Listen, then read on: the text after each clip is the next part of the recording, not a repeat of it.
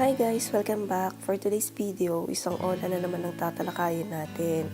Ito ay sikat na sikat ang advertisement at top 5 online free daw.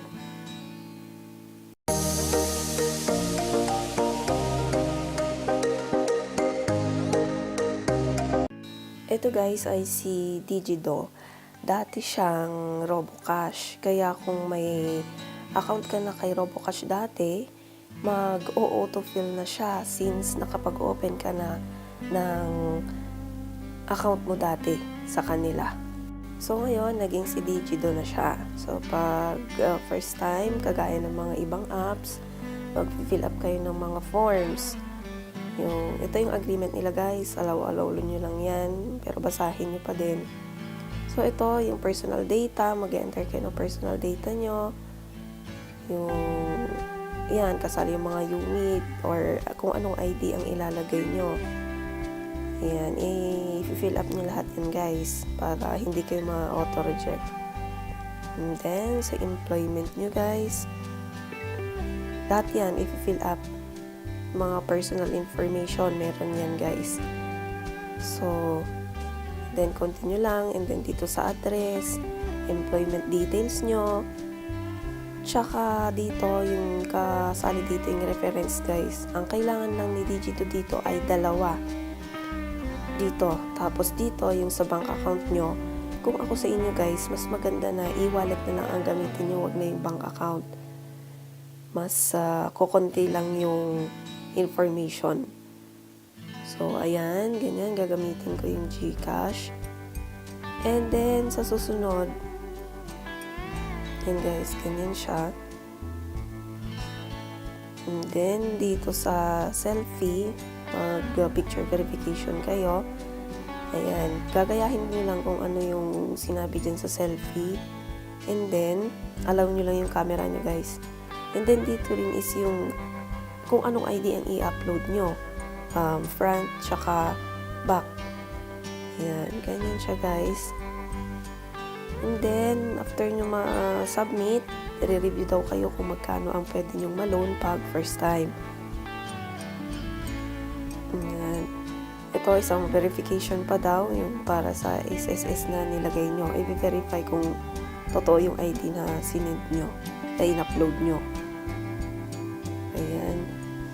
We are checking your application. So, under review pa daw yung application ko. And then, so ayan, ang pwede kong malong dito kay Digido ay 1,000 to 3,500. Period niya is 7 days lang guys, pag first time. Sinasabi dito is 0% guys, magkaiba ang processing fee at interest. So, kapag first time mo, 0% interest ka, ang pabayaran mo lang ay yung processing fee na 105 pesos pag 3,000 ang kukunin mo. So, kapag gusto nyo mag-apply, ko-confirm nyo lang guys. Hindi na pwedeng mag-back out pag i-disburse na yan sa napili yung mode of payment kapag nag-continue at confirm kayo. So, kung ayaw nyo naman, huwag nyo pindutin yung continue guys. Ayan. So, ganyan yung breakdown niya guys. Ayan.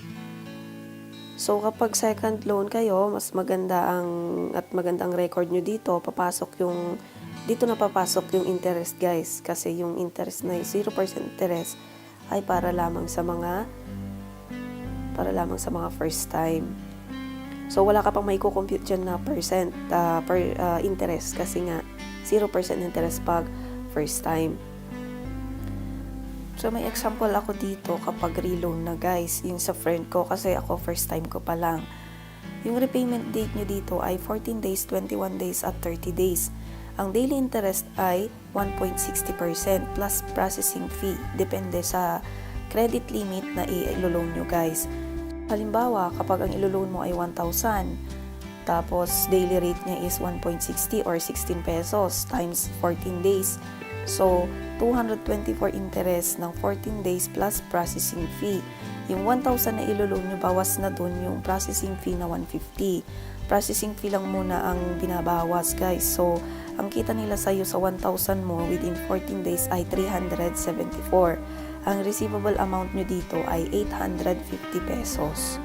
Kapag naman 2,000 times 16 pesos or 1.60%, tapos 14 days mo kukunin, ang interest nito ay 448 plus processing fee.